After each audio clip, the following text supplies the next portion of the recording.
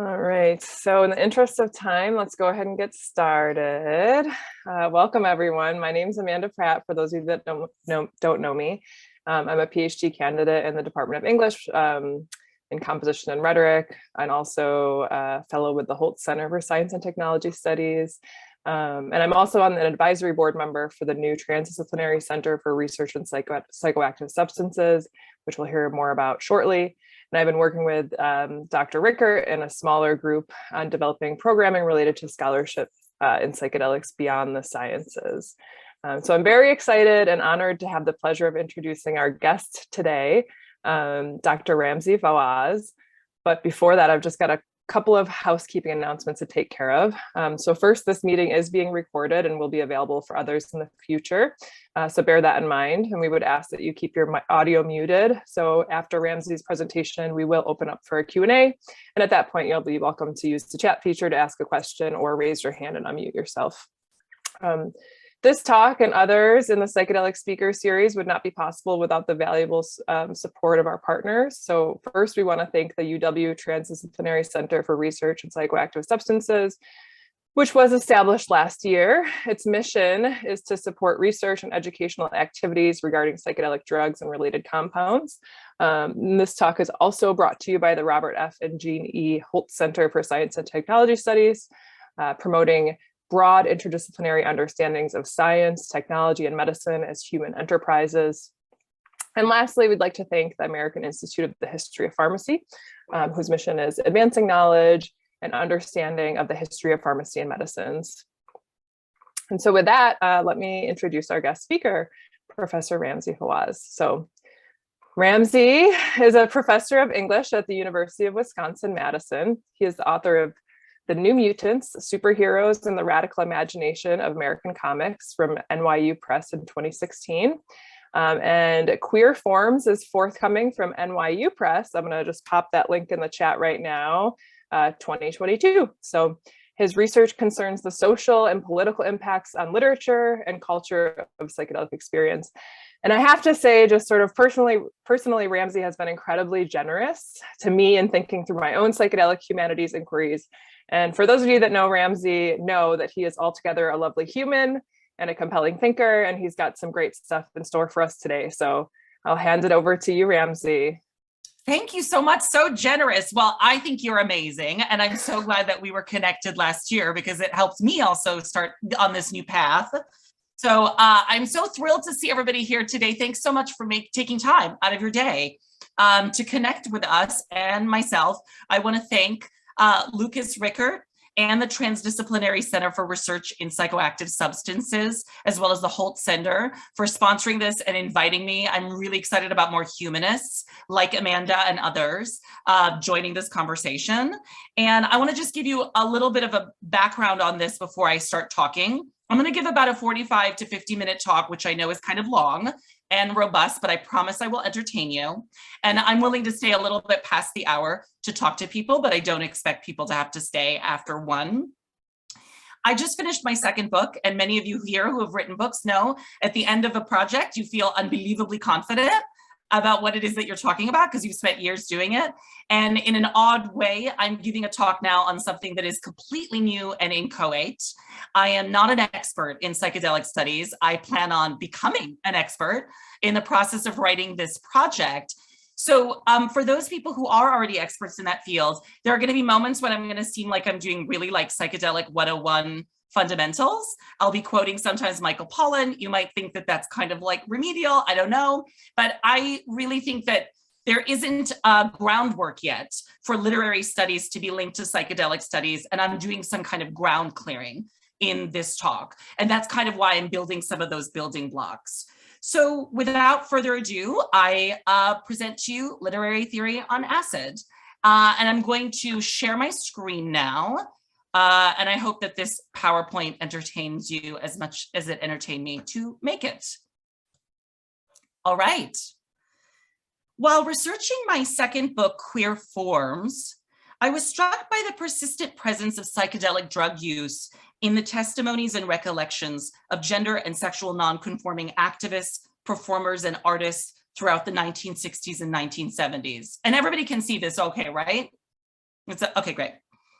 Whether studying the glam drag personas of the hippie performance troupe, the Coquettes, interviewing original readers of Armistead Maupin's gay serial fiction Tales of the City, or watching 1970s avant-garde feminist and lesbian science fiction films, psychedelics recurrently appeared as a powerful chemical tool for facilitating a breakdown of traditional gender and sexual roles. According to these feminist and queer performers, everyday readers, and creative producers, this happened in part because psychedelics catalyzed extraordinary states of bodily felt intensity, which allowed for a more expansive imagining of new erotic, intimate, and affectional arrangements beyond heterosexuality. In one electric moment following a public talk I gave on my Tales of the City research at the San Francisco LGBT Historical Society, a gay male audience member in his 60s raised his hand and said matter-of-factly, "One thing you should consider is that all of us who are reinventing our gender and sexual identities in this period were always on LSD." My new book project, Literary Theory on Acid, takes the leap from these provocative examples to explore how psychedelic experience might be a critical site for rethinking the fundamental problem of gender, sexual, and racial difference in contemporary feminist, queer, and critical race theory, as well as psychedelically inflected popular culture. So, and now I'm going to do some 101. Psychedelics like LSD or acid and psilocybin or magic mushrooms are a class of drugs known to create mind-altering and consciousness-expanding effects that are located less in the chemical composition of the drugs than in the qualitative experience they catalyze in the user. The signal feature of psychedelics is their ability to stimulate an extreme tuning up of the senses, which is experienced as a hallucinogenic state, but lived differently by each person based on their distinct psychological makeup and the physical context in which they take the drug. Neurochemical studies suggest that the experience can have long-term positive outcomes, including the expansion of one's perceptual abilities, the release of habituated thought patterns, a stronger capacity to grapple with human mortality, and the mitigation of depression and addiction. Such salubrious effects, however, can only occur under contextual conditions that allow the user to dialogue about, make meaning of, and process their experience with others. As a result, a new psychedelic renaissance is capturing the scientific and public imagination as a potential field for responding to widespread mental health crises that are occasioned by compounding global catastrophes like de-democratization, institutional sexism, racism, and homophobia, and extreme economic inequality.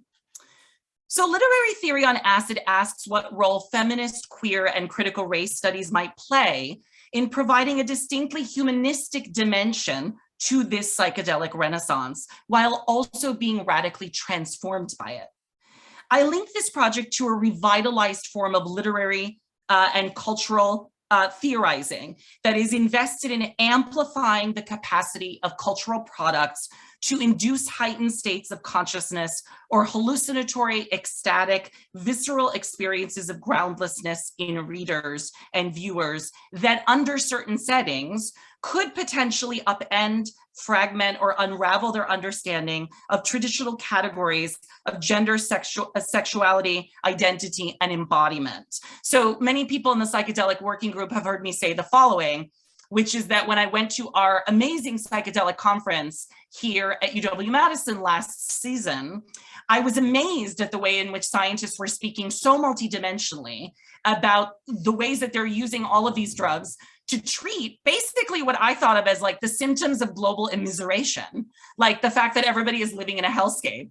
And I kept thinking like, well, what is the role of the humanist in this? And I thought if the question that scientists are often asking is how can we treat the symptoms of mental health crisis, I thought the humanist might ask, how might psychedelic frameworks for thought actually help prevent widespread immiseration in the first place, even in some small way? Rather than narrate a cultural history of psychedelic drug use or promote a form of psychedelic utopianism, I am asking how the visceral felt experience of these substances might also describe and facilitate a more labile, expansive, and flexible conception of human plurality or diversity. This would involve an apprehension of gender, sexual, and racial diversity that is not fundamentally tied to structural analyses of top-down power, which begin and end with the monoliths of patriarchy, heteronormativity, and white supremacy, but rather might conceive selfhood as a hallucinatory associational assemblage of material and cultural variables that could be imaginatively recombined to combat the very structural logics that would seek to fix and hierarchize them. So some of you might hear a lot of Deleuze in this, and I'm not going to reference Deleuze in this talk, but this is very much in the vein of like Deleuze and Guattari. One of the key sites where this kind of thinking could flourish is in cultural production, the production of art, literature, film, comics, where the variety of embodied effects of psychedelic experience, namely its ability to destabilize the boundaries of the ego, amplify the senses, and activate new associational connections, can be translated into formal experiments intended to disorganize or shock the perception of viewers so they might perceive and feel their own differences from a vastly expanded array of dimensions. At the same time, this type of psychedelically inflected literary and cultural theorizing can teach feminist, queer, and critical race studies and political activism how to loosen our grip on the identitarian strains of our most rigid iterations, or what Wendy Brown has famously called left-wing wounded attachment. I'm kind of fascinated in how we might figuratively or metaphorically think of psychedelics as like a way of actually like healing left-wing melancholy and thinking outside of the frame of woundedness. So I'm about to do something I normally make fun of other people for doing, which is I'm going to give you like a chapter breakdown of what this book would look like, which I know seems maybe like annoying and schematized, but it's me projecting into the future of what I think I want to do and giving you a kaleidoscopic picture of all these texts. And then I'll hone in on some ideas. So in its current imaginative form, literary theory on acid is composed of 6 chapters, or that's what I'm thinking. Each hones in on a different sensory aspect of psychedelic experience as it is taken up in the aesthetic projects of various literary, filmic, and cultural objects. So I'm going to look at kaleidoscopic or hallucinatory imagery, bodily pulsation and affective intensity, scalar or cosmic expansion, and associational thinking. So in chapters 1 and 2, I study the ways that superhero fantasy texts like DC Comics' space adventure Legion Lost and Marvel Comics' cinematic masterpiece Spider-Man Into the Spider-Verse use hallucinatory visuals to multiply forms of embodied difference to a near infinite degree. In their visual composition, these texts literally transform categories like gender, sexuality, and race into fractal forms. And we can see this in the visual culture of Into the Spider-Verse, splintering, multiplying, and recombining elements of each so that we can come to feel human differences as thrillingly manifold, often shaped by temperament, mood, genre, or style, as much as preconceived social hierarchies. In chapter 3, I study Jeff Vandermeer's visionary speculative fantasy trilogy Area X, which presents to readers a cosmic alien entity that begins to cellularly alter biological life on Earth into unexpected mutant forms. I explore how Vandermeer recasts this alien force as an existential metaphor for the reading experience, where our encounters with alien or foreign imaginary worlds expands our consciousness, rendering identity an inadequate category for explaining versions of self. In chapter 4, I look to the stunning film Waves, a formally experimental story about an unexpected trauma within a suburban Black family, which depicts the experience of racialized existence as like a pulsating felt experience that is like radiating off the skin. And I look at Academy Award-winning film Beginners, which uses rapid-fire visual montage sequences to depict the cognitive process by which a straight white man, Oliver, comes to inhabit the psychic life of his gay father and disaffected mother. And then finally, because I can't help myself and am obsessed with this text, did it switch? Let's see. I'm having trouble with the PowerPoint. Let's go back. Oh, there we go. In chapter 6, I want to travel the multiverse with the Daniels epic dimension hopping saga, Everything Everywhere All at Once, which you should all go see like tonight, which follows the infinite possible lives of a single Chinese American laundromat owner and her Gen Z daughter as they struggle to reconcile their intergenerational alienation in the digital age. So each of these texts gives shape to a psychedelic experience that facilitates the initial dissolution and reconstitution of more adaptable, gendered, sexual, and racial identities and identifications. But more urgently, they use psychedelic aesthetic forms to induce vertiginous, disorienting effects in viewers in the hope of leveraging open their cognition or imagination to new ways of perceiving difference as a site of unrestrained invention. And I'm probably going to end with my octopus teacher, which is something that's also been sitting in my mind as a very psychedelic text. Okay, so this lecture today comes partly from an article I recently published just a month ago in a special issue of American Literary History that was edited by our very own Russ Castronovo and Gordon Huttner on the function of literary criticism at the present moment. And they asked scholars to kind of think about what they think literary studies should be doing in this moment of crisis. So that essay talks a lot about psychedelic frameworks as a form of pedagogy for teaching literary study. And I'm not going to talk about that pedagogical component today, but I will talk about the framework. Part ground clearing exercise, part manifesto. This lecture makes a case for the necessity of a distinctly literary and cultural study of psychedelic experience, attuned to the interrelationship between the cognitive and neurochemical aspects of psychedelic drugs and the consciousness expanding work of literary analysis or interpretation. I'm going to begin by mapping the sites where these two seemingly disparate domains of thought dovetail most fruitfully. I'm going to then provide a snapshot of how this interrelationship might be brought to bear on the interpretation of kaleidoscopic and viscerally impactful cultural text, Jeff Vandermeer's The Southern Reach Trilogy.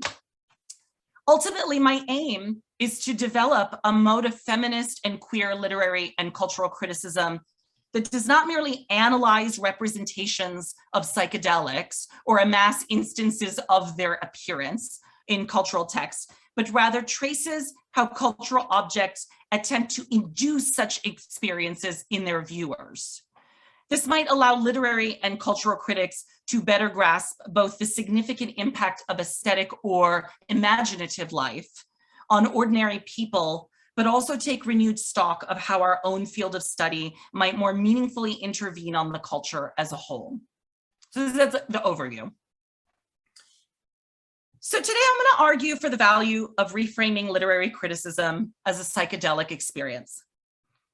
As historian of science Ido Hartogson explains, quote, the one uniting principle of psychedelic experience is that it induces a remarkable intensity of experience.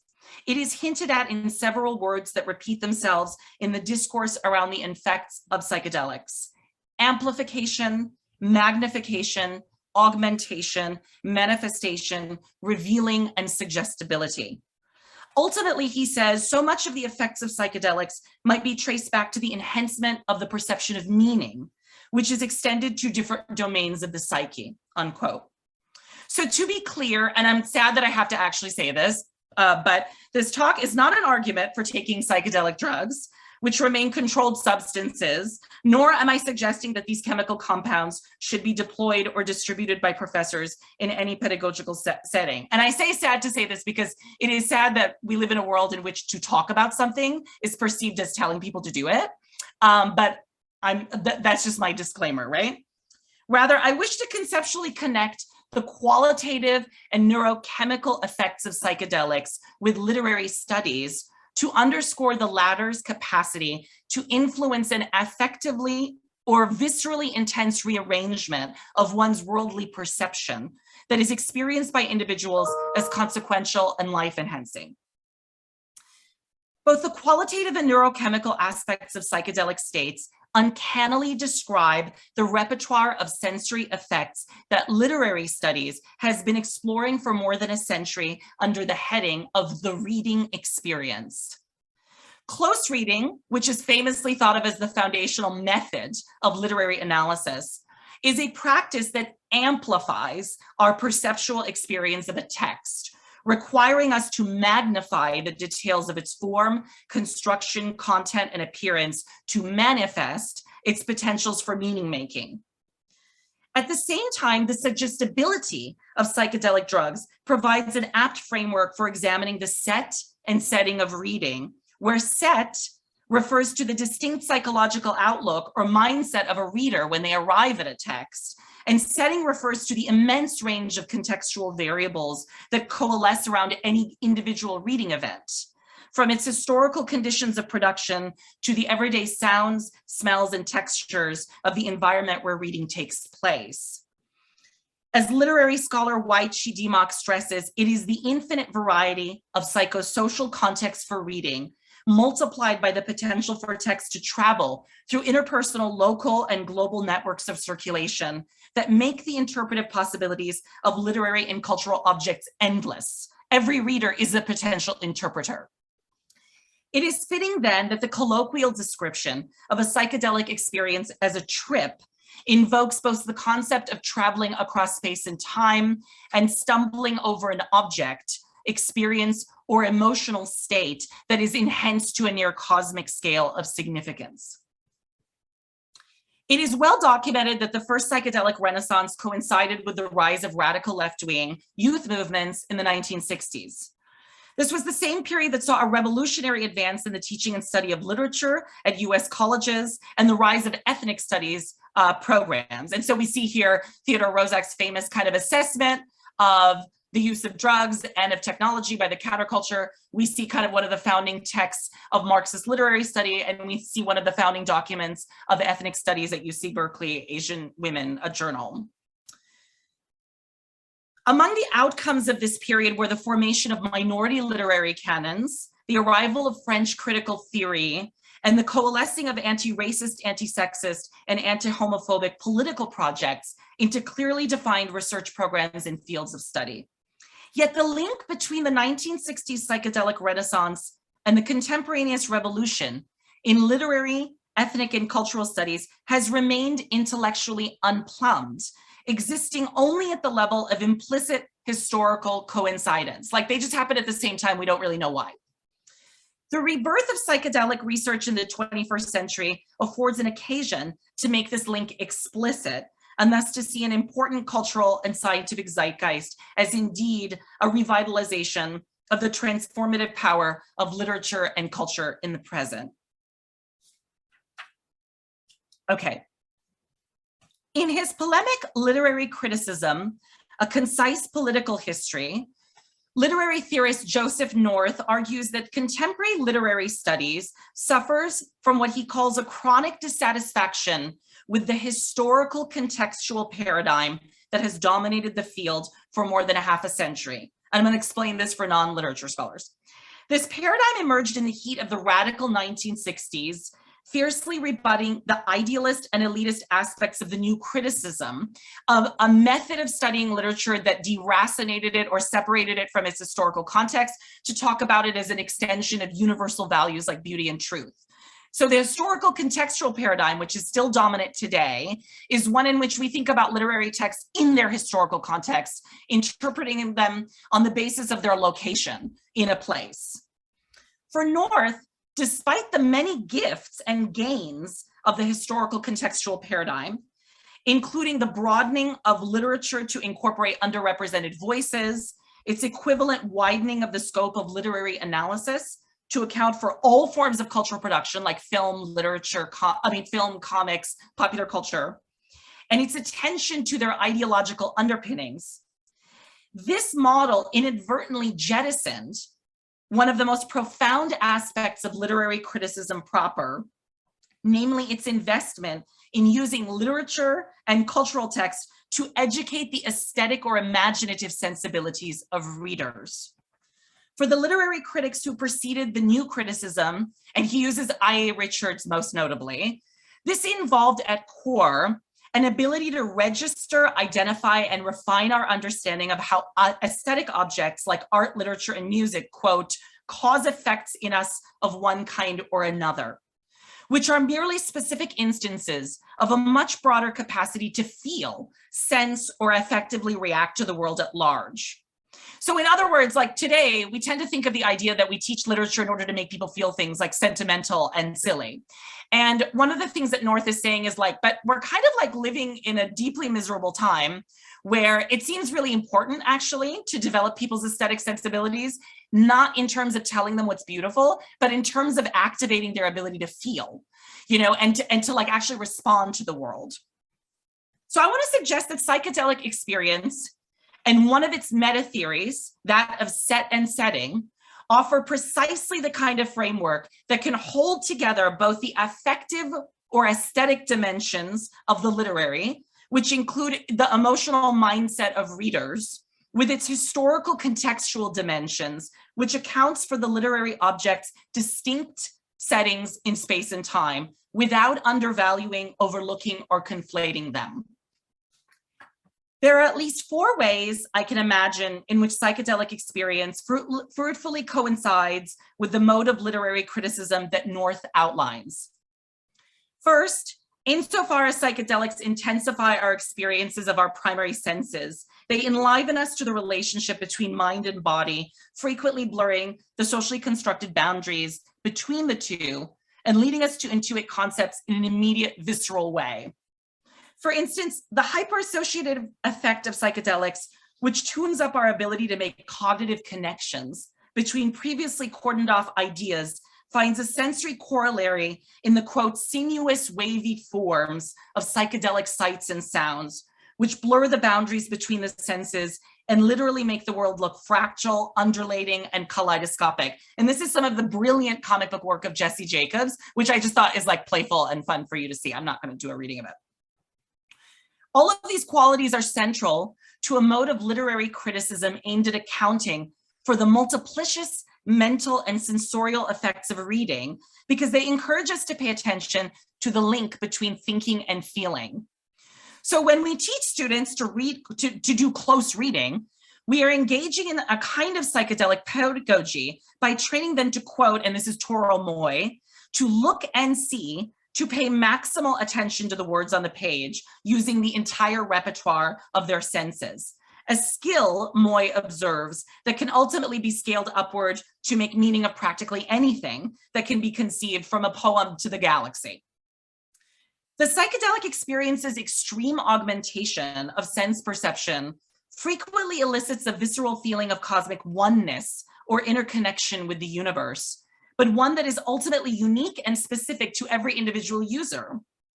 Similarly, the grand conceptual reach of literary studies and its method of close reading can encourage an individual reader to imaginatively extend out from their unique vantage to account for and conceive expansive networks of relationships among individual works of literature, vast audiences, historical contexts, and circulation networks, without collapsing into universalizing or essential claims about any of these scales of experience. In this sense, the psychedelic framework opens us out to touch upon those aspects of the study of literature and culture that are felt to be universal, cosmic, even spiritual in scope, while recognizing the highly idiosyncratic ways each person renders their own idea of what is universal or cosmic. Second, the theory of set and setting, the coalescence of which constitutes one dominant framework for studying psychedelic experience, stresses the dual importance of psychological states and environmental context in shaping the psychedelic journey. In parallel form, literary criticism that is committed to a holistic view of the reading practice envisions the nature of reading as simultaneously an embodied emotional experience and a historically situated event at the same time. Moreover, the tremendous interpretive flexibility of psychedelic drugs dovetails with the unlimited variability of reading, which is fundamentally shaped by exceptionally various psychic and social contexts, but whose meanings are never ultimately reducible to either. So it's telling that Michael Pollan compares the diverse neurochemical effects of psychedelic drugs to the multiplicity of meanings that can attach to words when placed in different rhetorical contexts. Consider, for example, how psychedelics mimic the work of serotonin, which Pollan explains binds with a dozen or so different receptors across many parts of the brain and throughout the body. Think of it as a kind of word, the meaning or import of which can change radically depending on the context or even its placement in a sentence. And the psychoanalyst Sylvan Tompkins uses the same metaphor to talk about affect or feeling as an embodied or cognitive kind of word that is placed in different sentences to produce different feeling states. By reaching for a linguistic metaphor to explain a neurochemical phenomenon, Pollan serendipitously provides us with a comparable physiological analogy for one of the embodied insights of literary study. Every word, image, sign, or text, Barbara Johnson teaches, signifies in more than one way. And while this seems unbelievably obvious, right? Things mean more than one thing. We generally do not live in a culture that actually buys into that. We are very invested in singular meanings. There's a reason why even today I teach Gen Z students and they're like, what does it mean? Did they mean that? Right? Teaching people to think that things signify in more than one way is like a way harder lesson than we would like to admit. Cultural texts like serotonin or LSD molecules can connect up to an enormous array of possible transmitters, understood as psychic states and reading contexts, initiating an equally wide gamut of unpredictable psychological and somatic effects in readers, like stimulating neurons to fire in the brain, altering our breathing and heart rate, and affecting our mood. The psychedelic framework then might provide a richer conceptual vocabulary for grasping the coextensive nature of discursive and physiological phenomenon, both highly variable and mutually influencing. Third, because psychedelic experience is shaped by the mindset of a particular user, but paradoxically also affects a suspension of their ego, it parallels how the humanities classroom centers the role of the student as an agent of meaning making, while simultaneously encouraging them to extend beyond their own identity when embarking on the task of interpretation. As Pollan and Merlin Sheldrake recount, recent neuroscientific studies of the tripping brain reveal that under psychedelics, the portion of the mind that houses what has been called the default mode network, and I'm aware that some people in neuroscience don't like that concept, but I don't really have skin in that game. A neurological system that organizes our sense of self is significantly reduced in activity. As a result, the brain, Pollan says, becomes more integrated as new connections spring up among regions that ordinarily kept mainly to themselves. So when we train students to read closely, we ask them to suspend their ego, to allow the text to speak in many voices, rather than ascribing a narrow meaning to it based on their projected assumptions. Yet ironically, it is also the given reader's unique perspective that allows them to identify and make meaning of different aspects of a text that others might miss.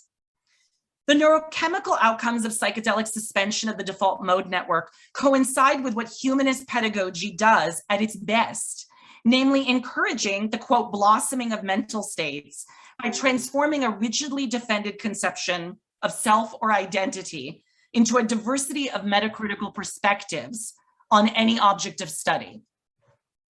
Finally, because psychedelic drugs alter consciousness in the present and can also have sustained positive effects on cognition long after a hallucinogenic experience, they can promote a shift from merely knowing or recognizing the world's sensuous complexity to acting upon that knowledge. The shift from knowing to doing, which is what humanists struggle with the most. Like, how do we not just analyze, but actually create, facilitate action? While the unique psychic and environmental conditions of any given psychedelic experience heavily shape its immediate outcomes, its enduring effects can be enriched by the context in which users process a trip by themselves and with others following the journey. At least that's what all the scientists that I saw presenting said, so taking their word for it. Analogously, the literary studies classroom is essentially a perpetual space of collective dialogue about one's reading experience.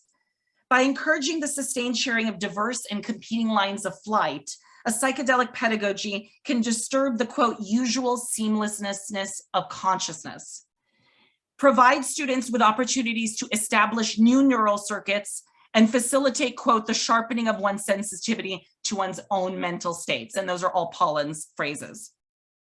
So in sum, psychedelic experience and literary criticism and pedagogy share the qualities of amplified sensory intensity, suggestibility and variability based on mindset and environment, the suspension of the ego, and the diversification of mental states.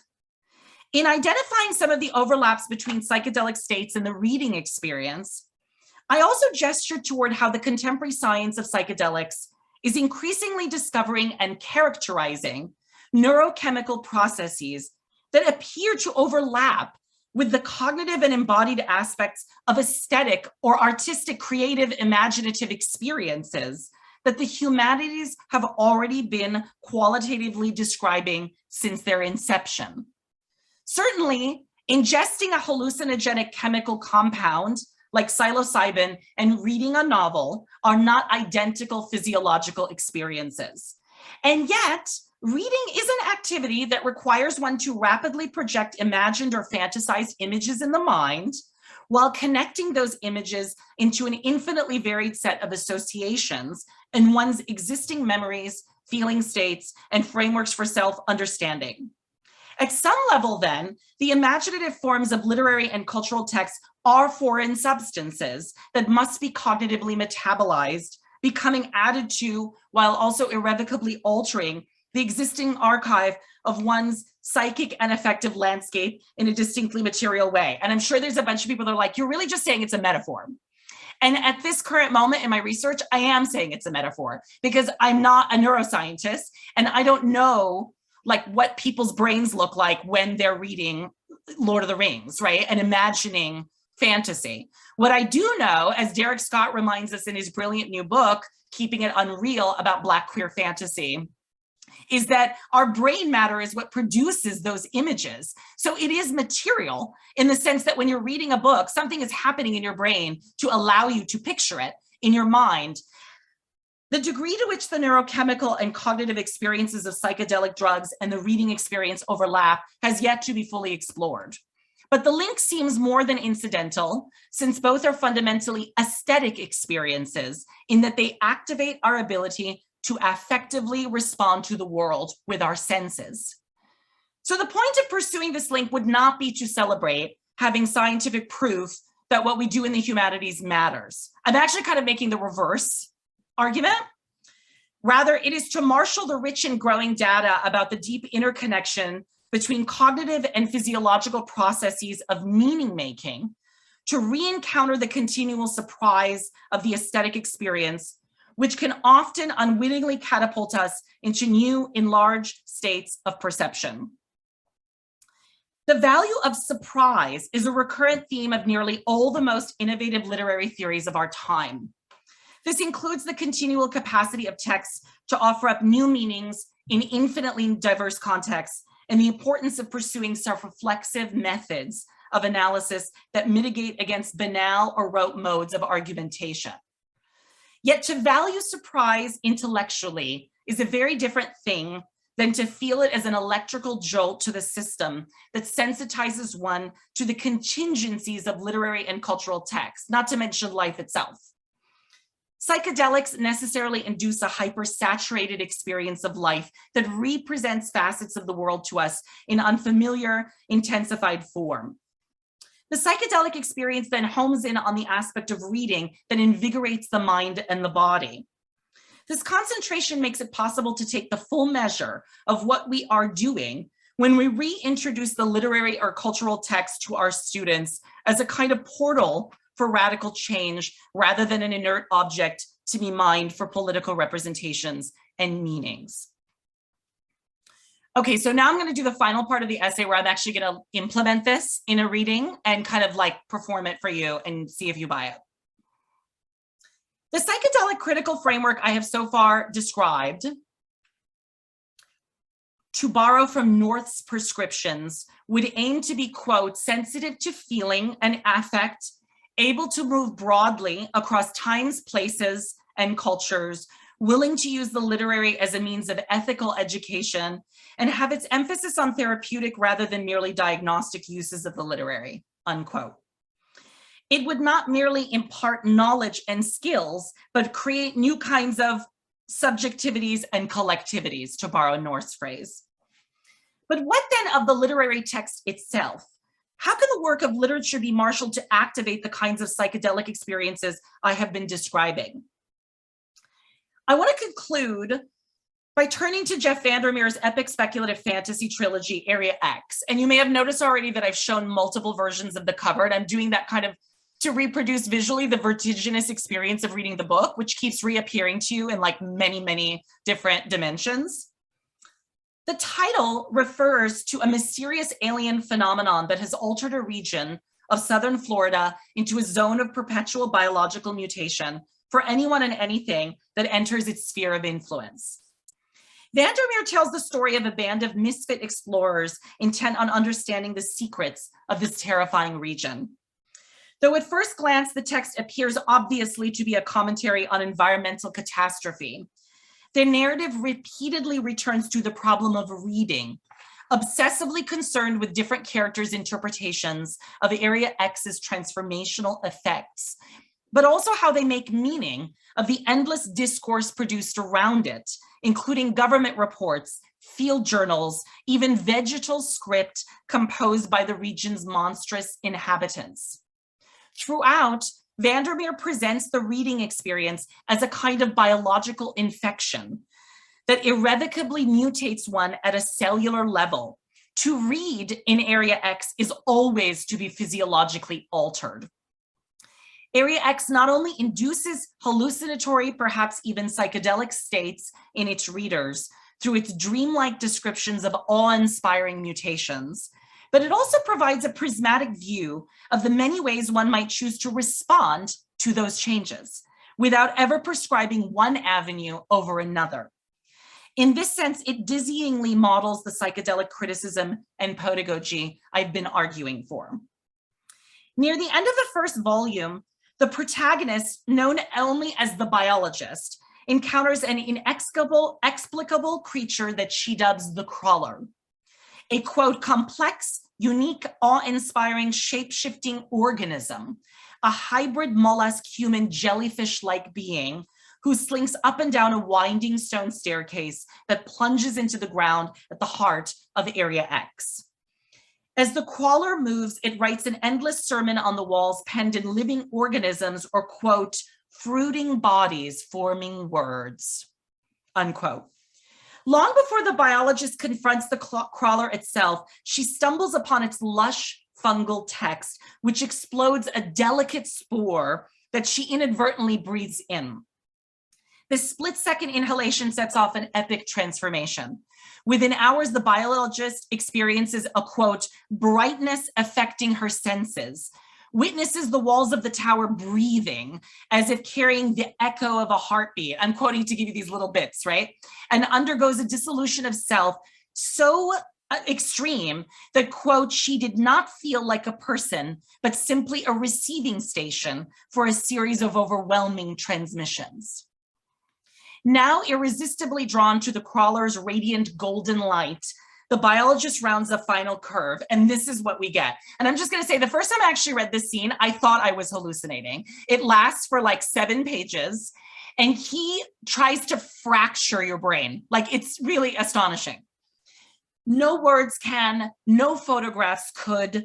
The crawler kept changing at a lightning pace. It was a figure within a series of refracted panes of glass, a series of layers in the shape of an archway. It was a great slug-like monster, a great star. Within all of these different impressions, I thought I saw an arm in constant motion, continuously imparting to the left-hand wall its message. I believed I was in the presence of a living creature, pulling these different impressions of itself from my mind and projecting them back at me. The biologist's encounter with the crawler is psychedelic. A scientist obsessed with empirical fact confronts the baffling reality that an alien organism can write in living tissue, composed in part of mysterious, one is tempted to say magic, mushrooms that enter her body. Held by the crawler's regard, the biologist is unraveled, her ego disintegrated before a creature that seems to witness her from countless angles, deconstructing the biologist and remaking her merely by presenting itself in a kaleidoscopic fashion. It is the sheer multiplicity of the crawler's forms, as well as its liquidation of the boundaries between discourse and matter, text and body, self and other, that expands her consciousness, allowing her to assimilate new sensations and conceptual possibilities, yet also puts in relief her cognitive capacity to the limit of her capacity to empirically capture the world around her, so that, quote, her eyes kept glancing off it as if an optic nerve was not enough. In this sense, the crawler, I'm gonna make a weird leap, can be likened to a literature professor who transcribes and highlights units of text to present them as living, mutating, multiply signifying cultural organisms, while providing critical frameworks and skills to amplify and refine students' sensorium, thereby strengthening their ability to apprehend a richer, more variegated understanding of the world. Across the trilogy, we discover that the crawler is a former priest, now a lighthouse keeper, Saul Evans, who is metamorphosed into an otherworldly creature by the mysterious event of Area X. Yet we also learn that every creature that is changed by this region is altered in relation to the specific or unique coordinates of its life before this phenomenon arrived on Earth. The crawler's biblical writing radiates the sedimented history of Evans' years in the priesthood. It's not any random text, it's like biblical text for a reason, because it's about his set and setting. And the plunging tower he inhabits is a living extension of the lighthouse he once diligently tended. Much like the psychedelic experience, the setting of Area X quite literally modifies the molecular structure of every form of life that enters it based on the organism's unique mindset or psychic landscape. For at least the last 4 decades, literary scholars have been preoccupied with these two realities. One, that the historical context in which a work of literature emerges can provide a new set of coordinates by which to analyze its meaning and significance.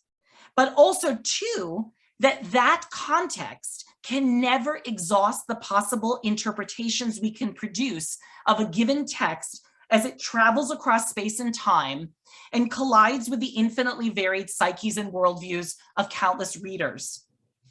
The fact that all beings who enter Area X are changed, though always in distinct ways unique to their histories, beautifully describes this conundrum. To be changed by the act of reading is a widely shared phenomenon, but exactly how we are changed is unique to our formations as specific people reading and responding to text in specific times and places. Like professors who explicitly bring their own personal history to bear on the literature they choose to teach and the intellectual attachments they hold dear, the crawler facilitates a kind of psychedelic experience of expanded cognition. And yet the crawler typifies a singular being who also, like the professor, each student perceives differently. From this angle, the greatest gift of literature professors is the recurrent public performance of their highly individualized intellectual and affective outlook presented to students in as many ways as possible from as many angles as approaches one can imagine. So me saying that this character is a literature professor is my own idiosyncratic weirdness that you might be like, who thought of that? If the crawler could be considered a stand-in for the professor of literature and the biologist the student who discovers the kaleidoscopic methods of literary analysis through an encounter with this strange manifold being, Area X itself might capture the vast field of reading, an ever-expanding terrain of seemingly infinite size and scope, capable of eliciting continuous, unpredictable, heterogeneous, along with particularized transformational effects. Near the end of the trilogy, Vandermeer introduces the character Ghostbird, who aggregates all she has learned about the region, combining government research, the journals of previous explorers, and her own lived experience to give the book's most expansive description of this place. Membranes and dimensions, limitless amounts of space, limitless amounts of energy, effortless manipulation of molecules, continual attempts to transform the human into non-human, the ability to move an entire biosphere to another place. What if an infection was a message, a defense, an odd form of communication? If so, the message was buried in the transformation itself. In this astonishing passage, Ghostbird admits to herself and to readers that the alien phenomenon that is Area X signifies in more than one way. Area X is infinitely multidimensional, capable of affecting the radical mutation of all living forms within it. Its message is coded in the very metamorphic process it catalyzes in all forms. This describes what literature does. Ghostbird's description of Area X is ultimately a psychedelic one because it involves an expanded apprehension that takes in the full cosmic magnitude of Area X. By explicitly naming its countless powers, Ghostbird reveals that the real problem for those encountering this phenomenon is not best how to explain it, but what to do with what they already know, right? Which is the crisis of our time. We all know that climate change is happening. You know, we all know that white supremacy exists. The question is whether or not we're willing to do anything about it. And the shift from knowing to doing is kind of our key problem of our current era. And this is what Ghostbird says. She says, we know a lot about this place. We keep acting like we don't. We should start doing something in reaction to it. This perhaps is a central task of the humanist scholar or of any scholar, to enable transformational effects in our students and to guide them in figuring out what they will do with the changes they undergo. All that our teaching does is to equip students with the skills to assess, discern, interpret, and ultimately decide, quote, what aspect of the world do you want to disclose? What change do you want to bring into the world by this disclosure? And that's Toral Moy. Area X then multiplies the figures, images, possibilities of reading as a metamorphic process to a vertiginous level. It captures imaginatively what a psychedelic literary criticism and pedagogy might accomplish, an experience of opening up to the text and its broader, even cosmic significance as a catalyst for how we will choose to make meaning of and live in the world with others. Okay, so conclusion. Ultimately then, to think literary study psychedelically might occasion three positive shifts in our current approach to the profession. First, it recenters the role of the student reader as a site of ceaselessly renewable change and an active agent of interpretation, rather than a mere applier of predetermined political values of theoretical frameworks and concepts. Second, it revivifies the role of the literary studies scholar or professor as a dynamic, self-aware, and inventive leader through the psychedelic experience, thereby locating our politics directly in the classroom, that space where we have the most immediate influence to, quoting North, use the literary as a means of ethical or political education, while still remaining committed in a deep and rigorous way to a public role. I recognize that some people think this is an arrogant view of what the professor can do, but I also feel kind of like in the hellscape that we're living in, I'm gonna take that leap.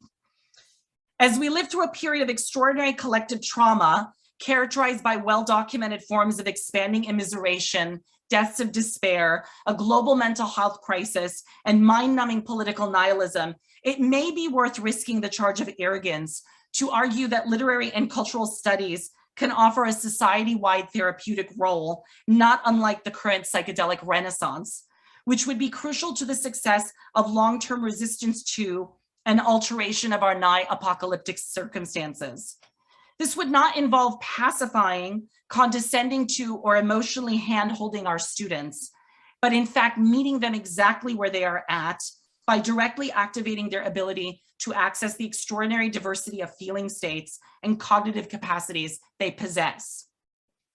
This might include reminding them that they can feel and inhabit something far more than cynicism, paralysis, or despair. If we continue to devalue the life-changing effects of the humanities classroom, endlessly hand-wringing about how little impact we seem to have on other, seemingly more significant political arenas, we will hasten the disappearance of that space, effectively robbing ourselves of our most potent platform. Third and finally, the psychedelic framework relocates literary study at the center of the production of highly aware and creative citizens, adept at taking on the issues of their time by virtue of their ability to judge critically and act collectively in response to the contingent circumstances of modernity. It reminds us that literature is not only good for knowing something about history, culture, ideology, or politics, but for constituting entirely new kinds of subjects capable of making history, culture, ideology, and politics. Thank you. Thank you so much, Ramzi, for that powerful and super thought-provoking talk. So we just have a few minutes left for the official time, but it sounds like Ramzi's willing to stay after for a little while. Sure, I can stay for 10, 15 minutes. That'd be great. Okay. So let's open things up to the audience to ask some questions. So feel free to, I see a couple of hands up already. Frederick? Hello, my friend. Thank you. Thank you, Ramzi. I think I'm going to become a Ramzi addict. So thank you for this. Thank you for this trip. I have a question. So it was great, and I'm very happy to listen to what you said. It's super interesting and super crucial. And it was also a joy to listen to you because you have such an energy, and we need that nowadays to not collapse under the weight of depression. Totally. My question concerns the question of change, right? And my question could be this one: if things change all the time, how is it even possible to identify a change? It is, I think, so it can be, my question might be this one, but I think it implies an approach to the concept of experience. And I would like maybe to, you spoke a lot about the experience and the extensions, the expansions, capacity to see differently, more in a plural way. So it was clear. I don't say at all that what you said was not clear. I just wonder if the goal of an experience is only to multiply, to expand endlessly. Because if we do that, my question, another way to say that. I know actually exactly what you're talking about. So I'm gonna, can I answer, or do you want to finish? I'm sorry. Just finish one sentence. So the problem is when we come back, after the trip, who is going to control the return after the trip? And how we're going to symbolize the effect, the consequences, the result of the trip? Totally. No, I love this question because right when we started, when people had not all arrived, I mentioned Everything Everywhere All at Once, which is a brilliant life transformative movie you should see immediately. And part of the reason I saw it last week, it was the first time I'd been back to a theater. And part of the Everything Everywhere All at Once in the title, the movie meditates on two versions of that. It says one version of that is a kind of, James McMaster called it Buddhist. It's a kind of understanding of the world as a deeply interconnected, vast expanse. It's very psychedelic that you are like hooked into. And the other version is like the internet. It's where like everything has been smashed all at once into one place and it's all been flattened into nothingness. And the movie is saying, how can we do the first thing and not the second thing? How do we survive this moment by feeling interconnected but not lost? And so for me, like, I have never argued that the point is to proliferate into endless infinity with no anchor points. Like, my second book, Queer Forms, is all about how like the contemporary language of gender and sexual fluidity stresses too much the dissolution of self. The idea that we just need to like become liquid. And I'm like, no, we're not ether and light. We still take shape in the world and it becomes an impossible ideal. And so in this sense, for me, we have to be able to proliferate multiplicity and also take shape. It's like the oscillative movement between expansion and appearance, to use Hannah Arendt's phrase, right? Like the space of appearance. I think like one of the things that needs to happen is like we need more spaces for public dialogue about these experiences. Like we need to actually be anchored in the world. Like every single scientist that I saw at the conference last fall was basically, people have heard me say this in the psychedelic working group, they were basically like, what we've discovered is that if we give people low doses of psychedelics in a therapeutic supportive environment and then talk through with them their experience, they heal. And I just kept laughing inside because I thought like, you guys just discovered that if you stop treating people like shit and then you care about their feelings, they heal, like, duh, right? Like, and so part of what the scientists were describing is their discovery that a dialogic space creates transformation. I think in the literary studies classroom, right? Just because someone reads Toni Morrison, it doesn't mean that they're going to become not racist. But if someone reads Toni Morrison in the context or setting where an anti-racist ethic is being used to talk through the book, there is potential for someone to be transformed in that way.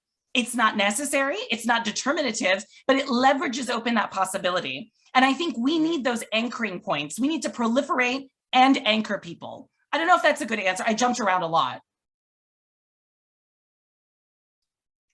Cody, do you want to go ahead and ask your question? Absolutely. Thanks so much, Ramzi. Wonderful talk. Thanks for coming. Trying to wrap, the other half of my brain around this. Please. My question sort of relates to exactly what you were just talking about and jumps off of the previous question, which is, how do we deal both in the scientific sense, but also, in the literary and classroom sense with the vulnerability of the subject, and the student, right? So in that coming down space, from infinite possibility, our perceptions, right, as the literary professor, our own experience is injected as per that sun setting, as you said. And so my question is, what do you see as the important kind of limits on that power, right? So how do we use this as a space to affect change without removing the agency of the subject or student? This is such a great question because when I published this article, so I published this as an article in American Literary History, and there were 4 respondents to that issue in the issue, some of whom are really famous people in literary studies, and 2 of those people like hate my essay. And their view is that it's arrogant, that I'm making an arrogant claim that I'm basically exercising the power of the literary professor over students, et cetera. And I found this really odd and ironic because I was like, well, why did you ever get into this teaching literature if you weren't about influencing hearts and minds? Why? Just because you like lyric poetry? I find that really confusing. There is certainly an arrogance in what we do. Part of what I think we have to be doing is incorporating a very elaborate signposting in the way we teach, that what we are doing is presenting students a mere dimension of many. Like, I know myself, you can see me here talking, right? I come on so strong. And when I teach, I am a major influence in my students' lives. Like, I talk a lot, I intervene a lot, I have a lot to say. And now, because I teach Midwestern students and they can be imprinted upon so easily, like every class, I am reminding them, I'm like, this is my idiosyncratic weird view coming from these places. You do not have to believe it. You might feel inclined to because I'm a strong personality, but you don't have to. So for me, it's like I've been evolving this thing where how can I be myself, which is this very powerful presence, while also reminding students that like I'm actually modeling for them their own ability to be powerful. So for me in the humanities classroom, it is really a lot about signposting. It is like an everyday practice of framing, here's why I'm teaching the class this way. This is why it's organized this way. Like I did it like this. Let me give you a window into my mind. So that's not like a protocol, right? That's not like a medical protocol, but I think a certain kind of signposting protocol makes sense. And when I went to the conference last fall, that's what a lot of the scientists were talking about. Like the way in which they do a lot of signposting before the thing and then after the thing. And that's why there's so much fear of people being sexually abused, emotionally abused after these things. And it's about multi-dimensionality. The beauty of the classroom is that when there's 30 people there, you might be a very strong personality, but some students are just like, no, I don't, that's not for me. Whereas when it's 3 people, like 2 people in a room, there has to be a third person, to my mind, who is also playing off one of the people who's doing therapeutic work. So I don't know if that's a good answer to your question, but that's kind of where I would start. Yeah, no, thank you. Yeah.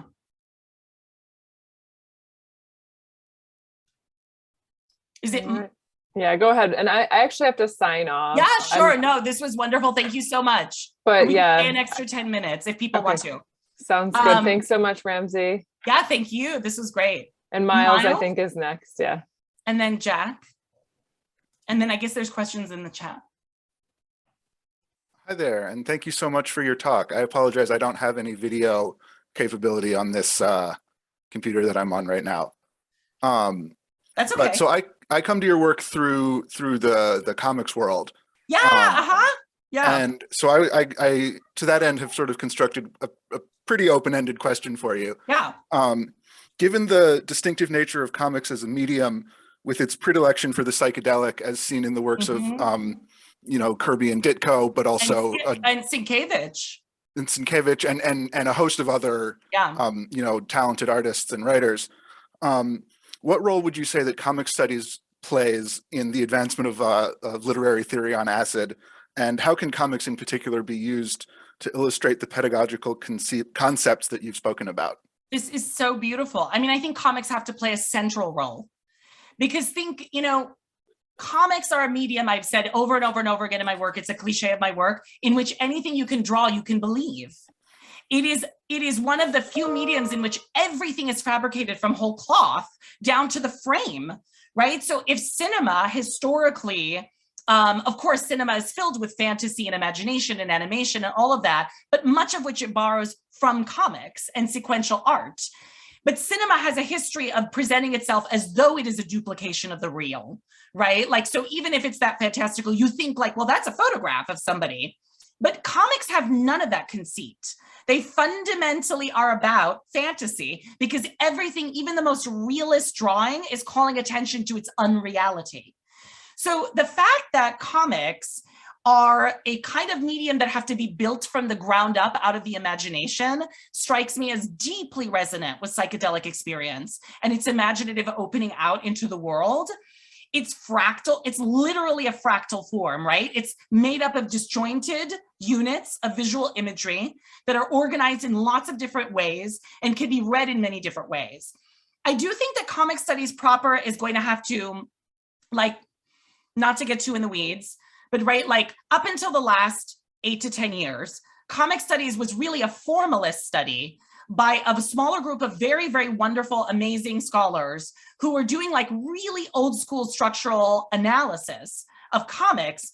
A new generation of people, starting with Hilary Chute, then myself, then people like Derek Scott, Deborah Whaley, Maggie, Margaret Galvin, and others, stepped in to start doing a more interdisciplinary cultural studies approach to comics. But in many ways, comic studies proper never caught up with that. It stayed stuck with the formalist model. And there's now a schism in comic studies where there's queer comic studies, which does the kind of stuff we do. And then there's like the old school comic studies. And it's as though there's like a war between them. And I think for us to really take in the full potential of comics to intervene on this conversation, we will have to shift away from the traditional formalist paradigm to think about it as a theoretical project visually of depicting or formally capturing psychedelic states, if that makes sense. Absolutely, yeah, thank you so much. Mm-hmm. Oh, Jack, I can take a last question. This would be great. Okay, well, first of all, lovely to see you again. Thank you, great to see you. That was beautifully articulated. Thank you. The inconvenience of an hour-long talk is that there's so much I want to respond to. Yeah. And only so much that I get to. But I just wanted to, I really liked what you said at the beginning about preventing cultural immiseration, even in some small way. I thought it was like, we're just going to change the world, no big deal. But, and this actually ties I think, pretty well into Frederick's question, but it looks like he's not here anymore. I was thinking about what Anthony F.C. Wallace schematized as revitalization movements, things like the Ghost Dance or early Methodism in Europe, that begin with a sort of initial resistance to intolerable social conditions, and then adjustment both from a marginalized group and the dominant group to eventually result in some sort of agreeable adjustment. Degrees of agreeability, but that's the idea. And I think that paradigm kind of maps well onto the countercultural literary movements of the 60s. For sure. The gender reimagining. I haven't seen, however, anything looking at the role of psychoactive substances in those movements, which is interesting to me because things like peyote, they play a huge role in that, especially in many of these societies which are making the transition from encoding information orally or pictorially to doing so phonetically, to actually having a literary tradition. So I'm just interested in how this can apply to, well, both how what you're sort of developing here could apply to the study of those past movements, but also how we could use that information to see how psychedelic experiences and psychedelic reading can help us to actually make this sort of fundamental change. I mean, you're talking about a gap in American cultural history. There's like a variety of essays written about psychedelics and the 1960s counterculture, but it's true, there's not a huge amount of, there's not a bunch of books. There's a ton of books that are about the cultural history generally of like, and then people use psychedelics. And like Ido Harkinson's book has like a whole chapter on 60s counterculture, but it's descriptive largely. It's like here's a summation of the way in which people use psychedelics in the 60s, like a really interpretive, analytical cultural studies approach. I am not familiar with that many that are not essays. And I don't really have a great answer to your question because I think that work needs to be done, right? Like both things need to happen, like a kind of richer, more interdisciplinary cultural history of this needs to also come along with the thinking psychedelics as a theoretical framework for working through and talking about culture. Like both things need to happen at the same time, and they need each other so that we don't fly off into psychedelic utopianism. Like I didn't mention, of course, like Amanda's work is so brilliant because it talks about how like, under the set and setting conditions of QAnon, arch conservative conspiracy theorists takes psychedelics and like they use it to reinforce like their most rigid thought patterns of all time. And my thing is like, all they do is leverage open the possibility of transformative change. They don't make it happen, right? Like something then has to step in. And to me, part of what the literary scholar does is they step in to help facilitate, not because they know better, but because they can be an interlocutor to somebody who is having the experience, right? And so it goes back to, to Cody's question of like, how do you create an ethics of that? And I think we have to have a narrative of the 60s or we will not be able to think of it ethically, right? Because it collapsed. The 60s collapsed into kind of a white male, like I'm continually astonished about how white male, like the history of talking about psychedelics is. And one of the most brilliant writers on that is R.N. Saldana, who wrote one of the only books I know about psychedelics and race, Psychedelic White, where he's just like, why is it that lots of white people take psychedelics to obliterate their identity and then they reproduce whiteness instead? Like, why does that happen? And he's inquisitive. He wants to understand why that happens. So I think we need that history, not only to know it better, but to not repeat the mistakes of the past. Yeah. Thank you. Thank you all so much for coming. This was wonderful. I'm so grateful for your time.